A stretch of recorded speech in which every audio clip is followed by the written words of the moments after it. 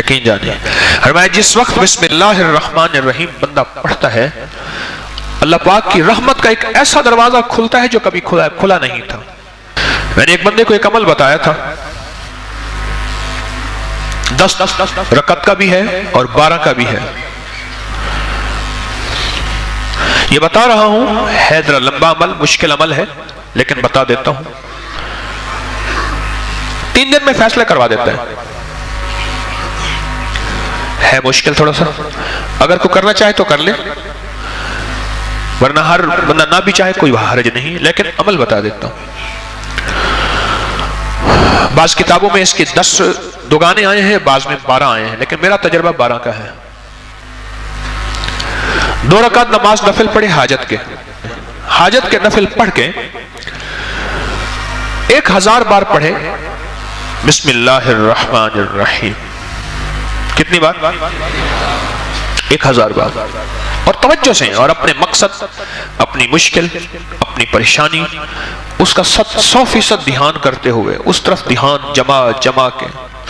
وہ مسئلہ اولاد کا ہے، وہ رزق کا ہے، وہ صحت کا ہے، وہ عزت کا ہے، وہ قید سے خلاصی کا ہے، وہ مشکلات کی حل کا ہے، وہ اللہ کی ذات عالی کے قرب کا ہے، وہ مدینے والے کے عشق اور محبت کا ہے، وہ زندگی کی کسی مشکل روحانی، جسمانی یا زمینی اور آسمانی کوئی مشکل، کوئی منزل ہے، اس کے لیے یہ بہت ہی زیادہ آزمودہ اور باکمال ہے. پھر 1000 دفعہ بالاخر 3 بار درود پاک، 1000 دفعہ بسم اللہ الرحمن الرحیم پڑھے. پھر 2 رکعت نماز نفل پڑھے، پھر 1000 دفعہ بسم اللہ الرحمن الرحیم پڑھے، پھر 2 رکعت نماز نفل پڑھے، پھر 1000 دفعہ بسم اللہ الرحمن الرحیم پڑھے. یہ 10 دگانے اور 10 ہر دفعہ بسم اللہ الرحمن الرحیم، 12 دگانے 2 رکعتیں اور ہر بار 1000 بار بسم اللہ الرحمن الرحیم پڑھے. یہ 3 دن عمل کرنا ہے صرف.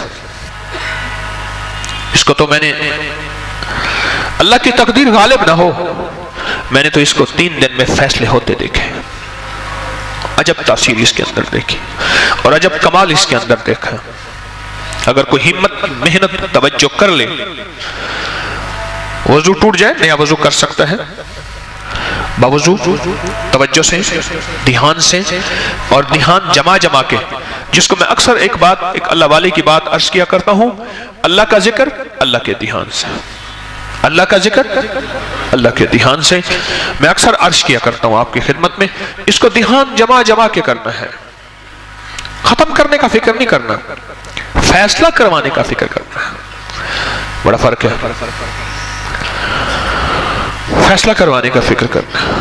ایک ہے کہ بس ادھر 12 دگانے ختم ہو جائیں اور ادھر جو ہے 12000 دفعہ پڑھ لو.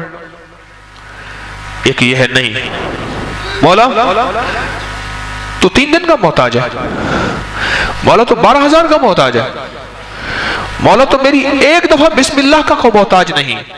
تیرا نام ہے، تو میرے بغیر پڑھے فیصلہ کرتے ہیں. اور مولا تو میرے 12000 بسم اللہ پڑھنے کا محتاج ہے کیا؟ مولا تو 1 دفعہ بسم اللہ کیا؟ میں عرض کروں تو کر دے، تیری مہربانی اتنی شان کریمی ہے. تو عمل تعداد پوری کرنے کا فکر نہ ہو، میری بات پہ ذرا غور کیجئے گا، بلکہ قبول ہونے کا فکر ہو، محبوب ہونے کا فکر ہو، مقبول ہونے کا فکر ہو. اس کا فکر زیادہ ہو اور بہت زیادہ اس کا فکر ہو. 3 دن میں تو فیصلے ہوتے دیکھیں. ایک صاحب گئے بیرون ملک، وہاں کئی سال رہے.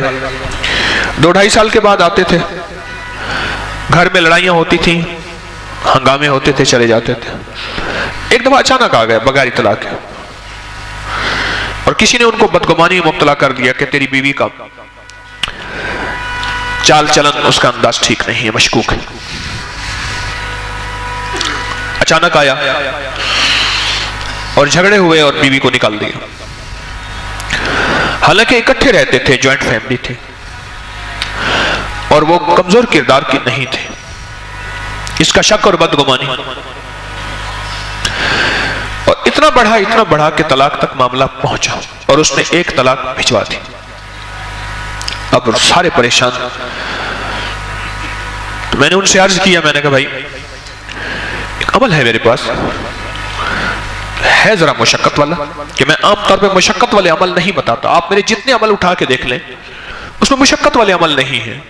میری کوشش ہوتی ہے آسان آسان چھوٹے چھوٹے عمل بتاؤں جس میں اللہ کی مخلوق کو کرنے میں سہولت ہو. میں کہ یہ عمل ہے مشقت والا. اور اس عمل میں ایک بات خاص طور پہ ہے کہ اس عمل کو پورا کرنے کا فکر کیا تو شاید اللہ کریم ہے فائدہ کر دے، لیکن ایک ہے کہ عمل کو پورا کرنے کا فکر، اور ایک ہے کہ قبول ہونے کا فکر. جب قبول ہونے کا فکر ہوتا ہے اس وقت گڑ گڑانا بھی اور ہوتا ہے، بھکاری بننا بھی اور ہوتا ہے، مانگنا بھی اور ہوتا ہے، اس کا انداز بھی اور ہوتا ہے. کیا خیال ہے؟ اس کا درد بھی اور ہوتا ہے، اس کا غم بھی اور ہوتا ہے، اس کی چبھن بھی اور ہوتی ہے، اس کی کڑھن بھی اور ہوتی ہے. یہ اور چیز ہوتی ہے جب قبول ہونے کا فکر ہو. اور جب قبول ہونے کا فکر نہ ہو، بس عمل پورا کرنے کا فکر ہو، تو پھر نہیں. ایک طلاق بھیج دی اور باقی طلاقوں کے لیے انہوں نے پہلے سے عمل کرنا شروع کر دیا. رجوع ہوا، بسے ان کے بچوں کے آج بچے ہیں، ان کے بچوں کے بچے ہیں.